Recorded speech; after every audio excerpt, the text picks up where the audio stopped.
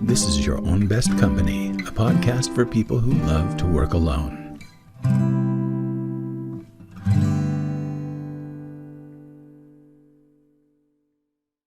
Hey there, everybody. Franklin Taggart here, and this is Your Own Best Company, a podcast for people who love working alone.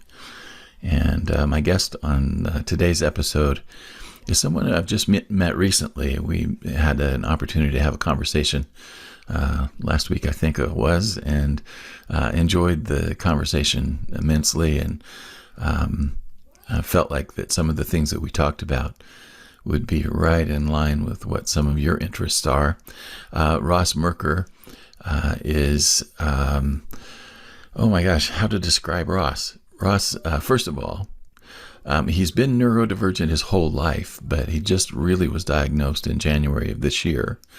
But that diagnosis put some pieces together for him that helped him to understand and clarify some of his past actions and experiences. He's also a widower. He lost his favorite person, loving angel, and partner to cancer in 2009. The grief was devastating, especially to a man who'd been raised with some toxic expectations around not seeking emotional support. Now this is the bullet point that I looked at, Ross, and I said, this is the one that I can definitely relate to. And that is serial failure at sales and network marketing. Been there, done that, man. When folks see the cartoon dollar signs in the eyes, they rightfully run away. And surprising information about Ross is that he's a very tall man at 6'8". Ross, welcome. Thank you. Wow, that was incredibly thorough. Well, you gave me lots to work with. That is the hope. Yes, sir. So which part would you like to go into first? You know, quite honestly, the one thing that we talked about the other day that I felt like that was very relevant for the times and just for the topic of entrepreneurship in general is neurodiversity. Because I'm finding more and more and more people who are in the entrepreneurship realm identify themselves in a number of ways that would imply neurodiversity or neurodivergent tendencies. ADHD, some of the folks that actually would consider themselves on one end or the other of the Autism Spectrum. People who have a difficult time choosing between one thing and another. All of these different kinds of things seem to be characteristics common to a lot of entrepreneurs. And one of the things that you put down here is that you were interested in talking about how conventional business models generally are challenging for people who are in the neurodiverse category. Can you talk to me a little bit about some of your initial thoughts around that? Well, when I was 13, my mother remarried, and my stepfather, bless his heart, was raised in North Dakota during the Depression, and he fought hard to demonstrate the conventional work ethic. He had exactly 2 jobs his whole life once he got off the farm. He was in the United States Army at the end of World War II, and then he was in civil service for over 30 years. Same job, rain, shine, injury. He went to work the day his appendix burst. Thought he was sick. Well, he was sick, but he didn't know he was that sick. And that was the example that he lived for us kids. And I had a passive-aggressive, rebellious streak against conventional education. They weren't going to let me skip grades. They weren't going to let me move any faster than my age peers. And so I just kind of went limp and said, you know what? fourth grade on, it's not going to do me any good. I didn't know any better. So I'm just going to do the minimum to get by. So these were kind of in conflict for me. I joined the Army for a 5-year stretch. And then it was job after job after job after job after job after job. I was really good at selling myself when I needed to, but inevitably I would bump up against things that I felt could be improved. And inevitably the people in charge of the business or establishment I was working for didn't really feel the need to make those improvements. And so they just opened the door for me to move along. At the same time, I was realizing that the fit wasn't working and that it was probably me. And so I was attempting to emulate those who were doing things on their own with network marketing opportunities. And I met some very successful, financially successful people. And I just wasn't getting it. Yeah. That sounds familiar. It's like, you shake hands with people who can show you, 6-figure checks, and they've got the proof that it is possible to do what they did because, well, they did it. And then you bump up against, well, why isn't it working for me? What's wrong with me that I'm not able to emulate this success or even, a substantial percentage of it? But it just didn't work out for me ever. Well, the things that really ring true in what you've just said, that I certainly can relate to, are the difficulty in school. I remember, and it was right around the same time, and right around 4th grade, 5th grade, that I just really started to not feel like that I was smart, or it was that I would get really bored, or it was that I would just look out the window and daydream. And I was considered a disciplinary problem pretty much from that point on. And it wasn't, I wasn't misbehaving, but I just could not concentrate. I couldn't stay in the room, right? So, the question that I have for you, I mean, there are a lot of questions that are bubbling up for me here. But the thing that really strikes me is that you've mentioned that as an adult, being in one job for any length of time was nothing short of miraculous. And that also has been a similar story of mine. The one job that I did have for the longest time was musician, which I'm still not sure if it counts. But in any case, the questions that I have for you, more than anything else, I'm very curious. When did you start to suspect that there was something about you that was somewhat different from the others? I knew, well, first off, I was always taller than my age peers.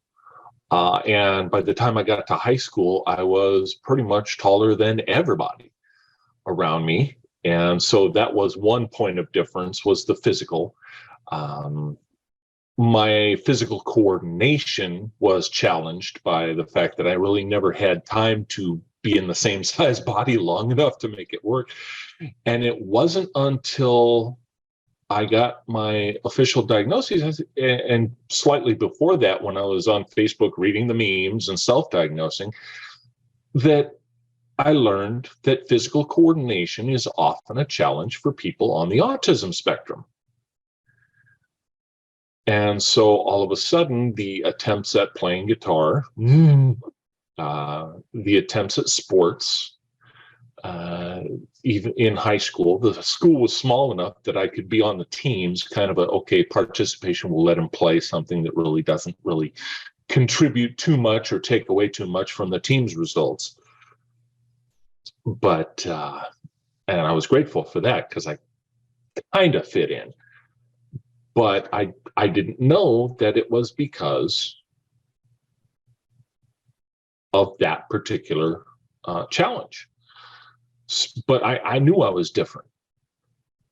I had my suspicions around some of the reasons why I was different that I wasn't going to tell anybody about, because you don't tell anybody about things going on in your family that are not happy and smiley. And, Lead It to Beaver was about as poisonous as it gets as far as setting up expectations. Yeah.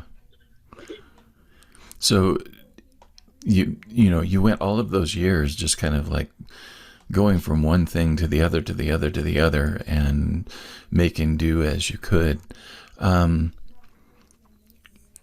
When you became an adult, and the first question that comes to my mind after that growing up period is when you joined the Army. And you said already that you had kind of a passive aggressive rebellious tendency. How did that jive with the military?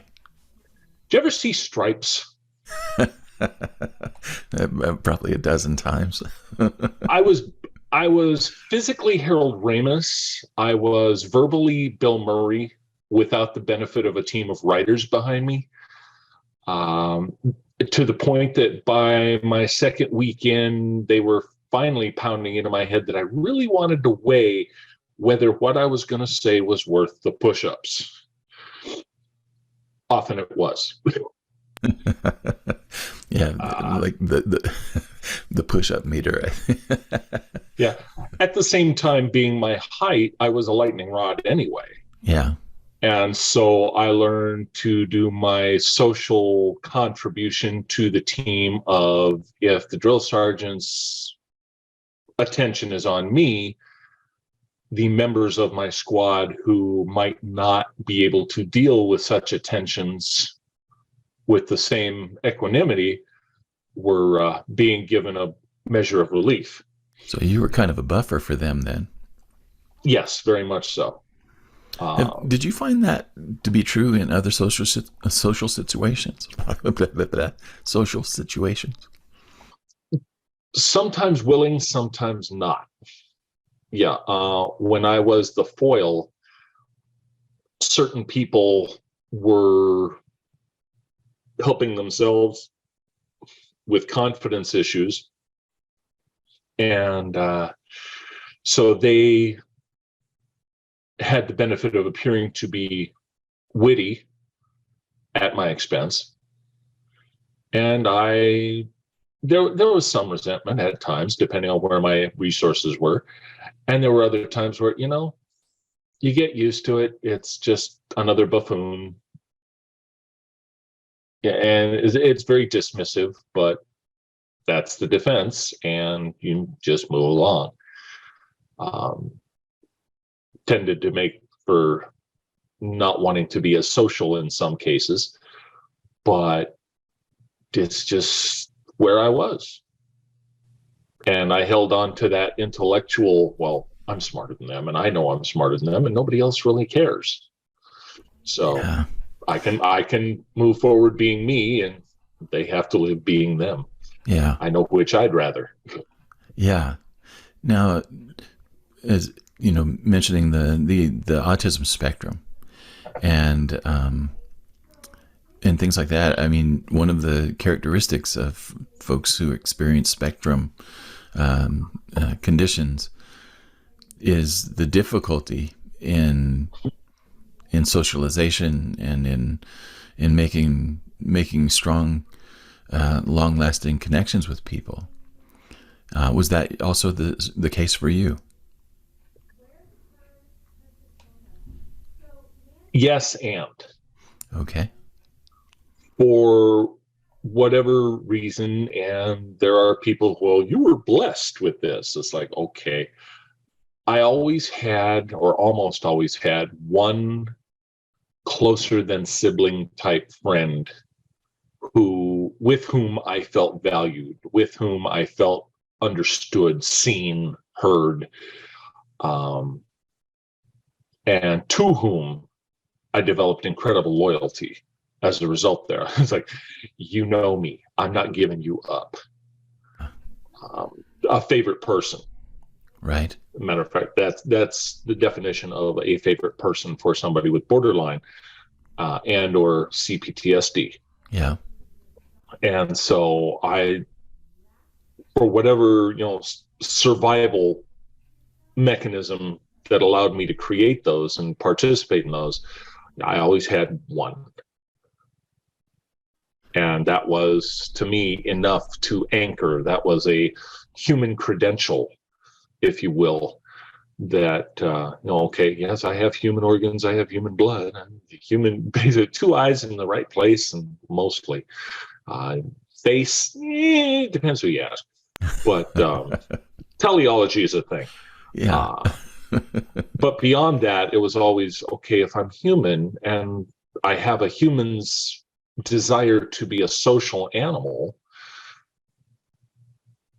comes bumping up against 98% of conventional humans who are socially adaptive or socially well adapted, just weren't. And when you're on a group and you're a satellite, because the group's activity is something you want to participate in. Yeah. It's like, okay, the activity is great, but people, centripetal, social forces. Yeah, I like bowling, but do I have to be on the team?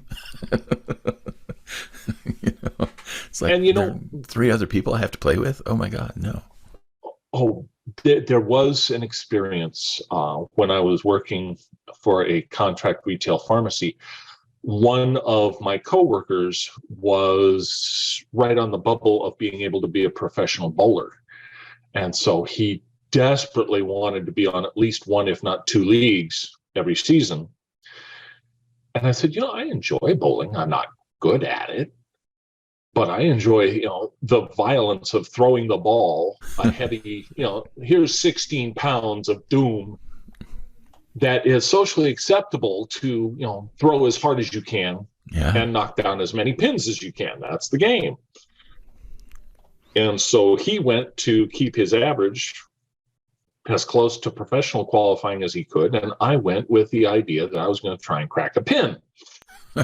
They're designed not to be cracked. They're designed for that impact. But we would go and consume a couple adult beverages on occasion. We do our warm-ups and determine whether it was a serious bowling night or a drink and have fun, throw the ball night. And the team was of a similar mind enough that, there were some personal idiosyncrasies that meant that I wouldn't spend a great deal of time beyond the bowling alley with them. But at the same time, when we were there for the same reasons. And so it kind of worked out. That's an interesting story. And again, there's a lot there that I can kind of relate to as well. There are a couple of questions that came up as you were talking about that are kind of related a little bit to the work that you did after you got out of the military. Now, ultimately, you said that you gravitated more toward like network marketing opportunities and things like that, or maybe they gravitated to you. But what were some of the other experiences that you had work-wise after you had gotten out of the military?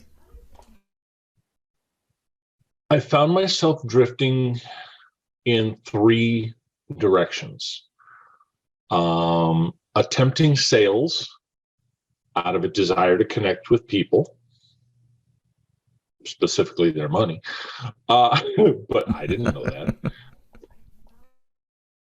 Technology, because it came so easily for me. And it was when things come so easily to you outside of other things that are so difficult, you don't trust them necessarily. You don't have that confidence of, I worked hard, I earned this. It's just, this is what do you mean it's not easy for you? It's easy for me, and I'm not that bright. Okay, yes, I am somewhat bright, but come on. At least in that area. Yeah, and I never really found that proper, until much, much later, I never really found that confidence balance of, hey, I know tech and you don't. I'm a gatekeeper. And that's that false bravado. But at the same time, it's like, yeah, I know how to do this. I can help you with this. one of my favorite jobs, one of my longest lasting jobs, was when I was working for a software company. And I got to the point of I can be their highest level tech support with their software, and I can explain what's going on in non-technically educated person's terms, while completely respecting the fact that just because they don't have my education and experience, that doesn't mean they're not intelligent in their own way and in their own chosen field of endeavor. And so that once that lit up for me, and that wasn't, I was in my 30s when I was working there. Had I not been laid off, I might very well have retired from that particular company. Yeah.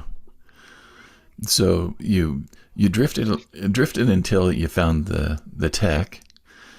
Then the tech job got swept out from under you. Ultimately, though, you found trading. And I'm curious about how that came about.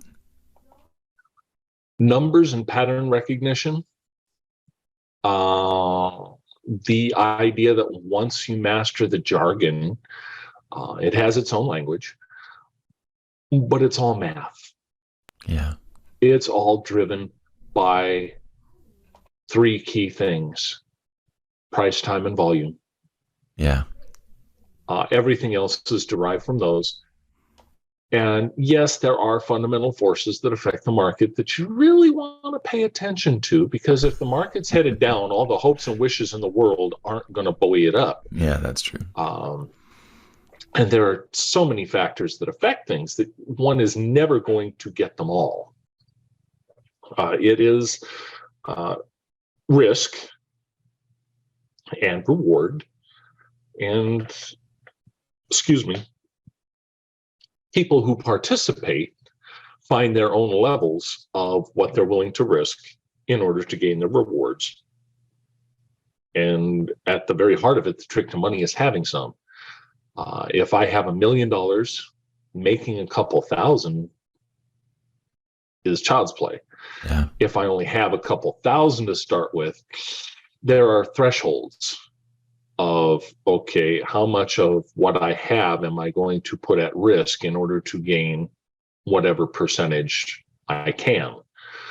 And what are the odds that what I'm doing will result in a suitable reward? Very good. So you really took to trading then, and really kind of had found something that worked for you. It doesn't rely on any. It does rely on other people, because without other people, there are no markets. But it doesn't rely on any personal connection. It's about as impersonal as you can be, because it's all numbers going through computers. Yeah. So that brings up an interesting point. And I have a lot of theories about the way that people connect with each other. And I have people in my life who are extraordinarily gifted in the area of math. And it's very interesting that the language that they speak with each other and the way that they connect with each other is different than any other relationship that I've seen, but it's still a human connection. And so that brings up the question of mathematics as a language is still a way of connecting with other people, right? I think that needs to be considered more, because I think we talk a lot about soft skills being, relationship skills and emotional intelligence and things like that. And I really feel like that we need to make a case for the ability to speak other languages besides love languages. It could be the language of mathematics. It could be the language of commerce. It could be the language of trading. But all of those are legitimate ways for humans to make connections with each other, and I don't think we should discount them. No, definitely not. Those places, for some people, are where those people feel the most comfortable with their own competence. This is that baseline confidence of coming from what we know. And once we get there, that awareness of that confidence, if we communicate with others who have the same, there's your, I don't want to use the word tribe because that's appropriative, but these are your people. Right. Well, having a language in common. I mean, very much so. That's the foundation of culture right there, Very much so. Very cool. Well, I'm really interested. I'm noticing the time is flying, by the way, and I don't want to skip out on one of our big reasons for this conversation this morning was to talk a little bit about an upcoming program that you've got. But I'm a little bit curious about how you have now found your way into the realm of entrepreneurship. Well, couple things. Shortly after I was widowed, I'll try and make these brief because we are running out of time. Right after I was widowed, I was deep in grief. I had lost the person, my partner, my love, my, all of it. And one of my friends became uncomfortable with my grief, and and we had used humor to try and bring each other back to an even keel. And so he said, the first rule of holes, right? I think I told him the joke, but he was making an effort. So I said, no, what? He said, when you're in one, stop digging. And that was my seed epiphany, because it did not originate in me at all. It came from somewhere way beyond. The one time I'll credit Woo for it. And I looked at him, I said, when would be a better time to check my foundations? Yeah. Oh, how true is that? And that was when I knew that turning upward was possible. That was the beginning of coming back from the brink of despair and grief. Fast forward a couple years, I'm talking with another mentor, and I'm bewailing and bemoaning my failures at conventional employment and my failures at network marketing. I said, dude, I'm not holding a job that will pay my bills. And if I have to rely on my sales ability, I'm going to starve in a couple months.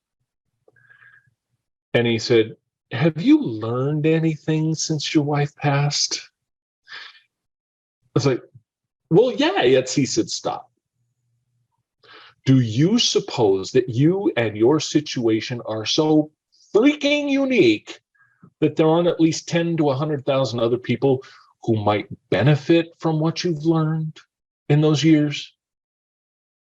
I said, well, no. He said, get away from the network marketing. Yeah. Conventional job, keep your job, pay your bills as best you can. Get to a place where you can pay your bills with that. Meanwhile, package what you have learned in a way that the you of back then would want it and engage with it. That package you can offer with 100% integrity. Oh, yeah, absolutely.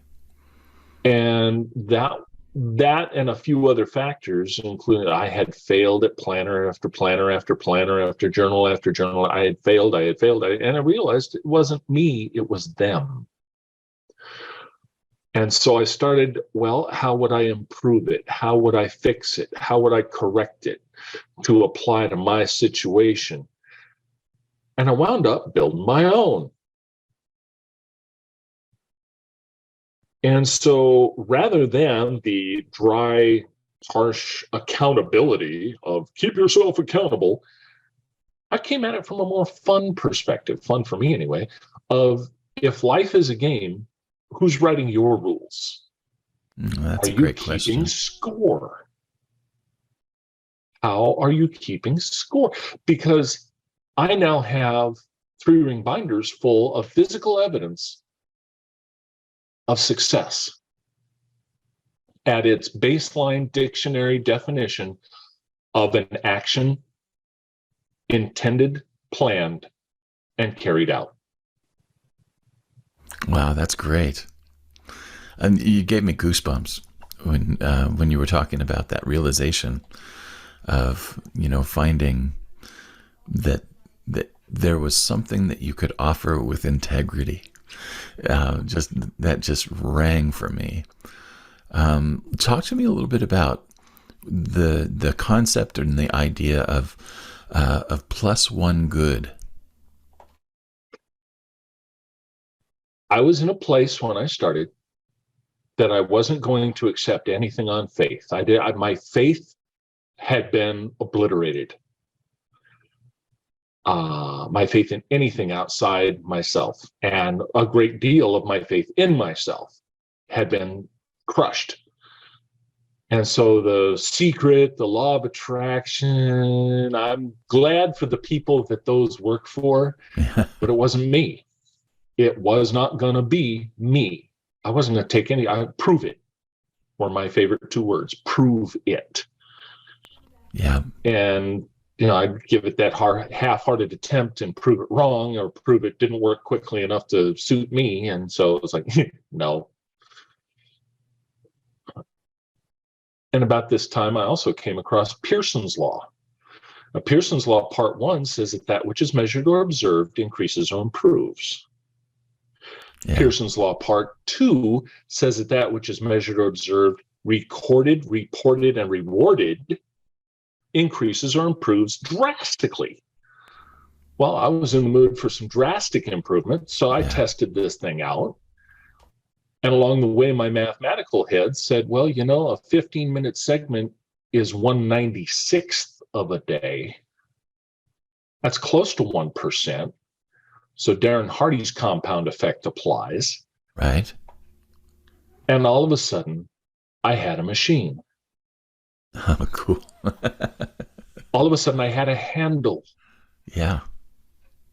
And all of a sudden, I could, at my own pace and progress, improve my ownership of my life 1% a week, and increase my level of success at life in its various tasks and facets and activities 1% per week. And it is mechanical. It doesn't rely on faith. It doesn't rely on woo. It doesn't rely on channeling Abraham. It just works. Yeah. And that was what I needed, is a return to proving to myself my own power of intent and purpose. Yeah. Wow. How cool is that? I got to admit to a little prejudice, but I really like it. Well, you should. As you should like it, man. So now what's happening is that you're getting ready to open up a community to other people.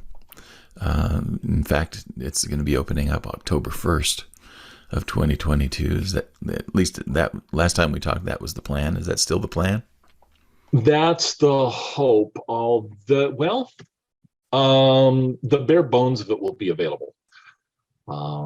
As more folks learn about it and engage with it, it will be more of a robust start. I have tucked in my back pocket the idea of a success locomotive. First, you spend a lot of time with it sitting still while you put the parts together on the track. And those old-fashioned steam locomotives, that first chuff of the piston doesn't really move it ahead terribly far, terribly fast. Yeah, exactly. But once it gets going, well, the only thing stronger is Superman. So right. And that momentum can pull a lot of stuff behind it and push a lot of stuff in front of it. That's amazing. So the success locomotive is a really cool concept and metaphor. Tell me a little bit about what would be like a situation a person would be in that this community would be the answer to, or would be, the best support for? When I first developed the program and the planner journal and all the related pieces, I had thought that I was developing it for the me that was in grief. And it works for that. But then I started looking around and noticing what else it works for. Because so often circumstances distract us. It shows up as grief. It shows up as general world weariness. It shows up as frustration at not being able to reach a given goal.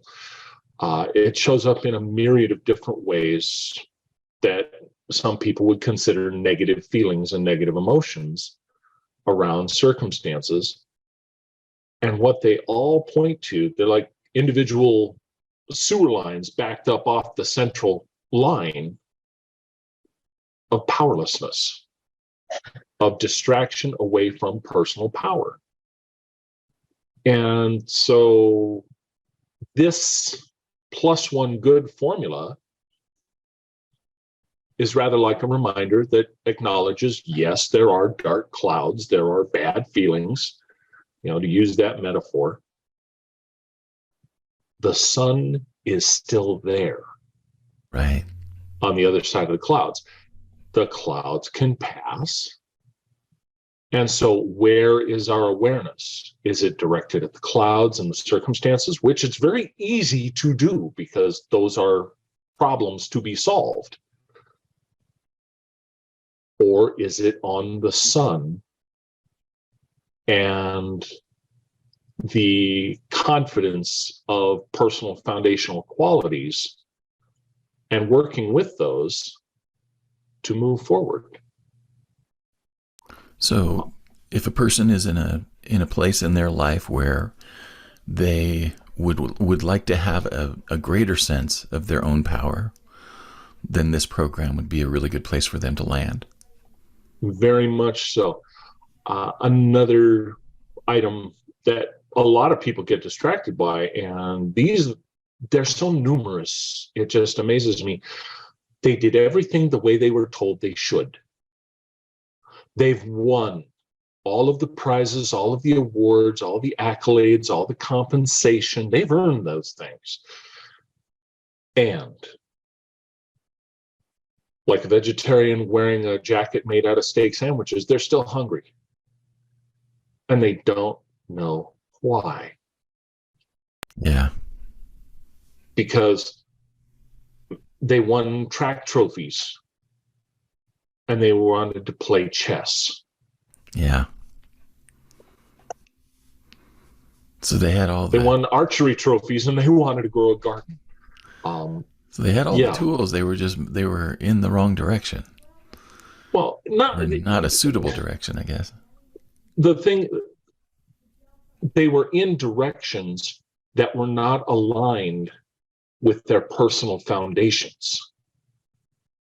It's like you have this wonderful foundation for a split level rambler, and you've built a skyscraper on top of it. Oops. Yeah, that's a mismatch, and something's going to break down into the earth. Kind of, yeah. Or vice versa. You built this foundation, you have this foundation for a skyscraper, you got this beautiful split level rambler on top of it, and it still doesn't feel right. Exactly. Well, Ross, if people are hearing what you're saying and they're saying, I'd really like to know more about this, where do they need to go from here? Come find me on Facebook, Ross Murker, Success Engineer, with a picture of my smiling face. Email me at successlocomotive@gmail.com. Those would be the two main avenues. If you're interested in the course, go to +1good.com. Primarily, I live on Facebook and email. If you Okay. come find me there, we can discuss, either whether the membership, which is going to be delivered out over once a week for a year, whether it's the course, which is going to be delivered once a week over 6 weeks. It's going to come faster and deeper. And I'm working on right now, my little project du jour, I'm working on a workbook around clearing the foundation and inspecting the foundation of personal qualities and values. And I will be offering, once I get it done, I will be offering it at $5. But if you mention this podcast, I'll get it to you for free. All right. You heard it. Just there, email folks. me. Excellent. Successlocomotive@gmail.com is the email address to get in touch with Ross. And I want to thank you just for the inspiring story. And there's just so much that's uplifting about it, in terms of, finding a pathway that is, that works for you. And I think that's something that I know a lot of entrepreneurs, they ultimately end up in entrepreneurship because none of the other paths were quite a good fit. I know that that's my story. So yeah, I thank you, sir, for supporting those of us who are, solopreneurs, as we weave our own way in finding a way that we can morally meet our obligations, because life costs money. And at the same time, community is not always, I've got to live in your hip pocket. Sometimes community is that acquaintance that becomes a friend, that the friendship is such that, okay, we talk whenever, and it picks right back up. Yeah. So thank you for having this touchstone for our community. Oh, man, my pleasure. It is my good pleasure. And I'll look forward to hearing all good things from you, Ross. Thank you, sir. Thank you. Thanks for listening to Your Own Best Company. If you enjoyed the show, would you do me a favor and subscribe on YouTube, Spotify, Apple Podcasts, or your favorite podcast host? If you really love it, leave me a review or share it with your circles. If you feel like your career is reaching a dead end, or you're feeling a deep sense of dissatisfaction in your work right now, I help people discover their gifts and then find or create new opportunities that are the best fit for their talent, experience, and lifestyle. Email me at coaching@franklintaggart.com for more information. I also help people start, finish, and launch creative projects, and I offer an ongoing marketing mastermind for solopreneurs and freelancers. More information on these programs and services can be found at franklintaggart.com. Thanks again for spending this time with me.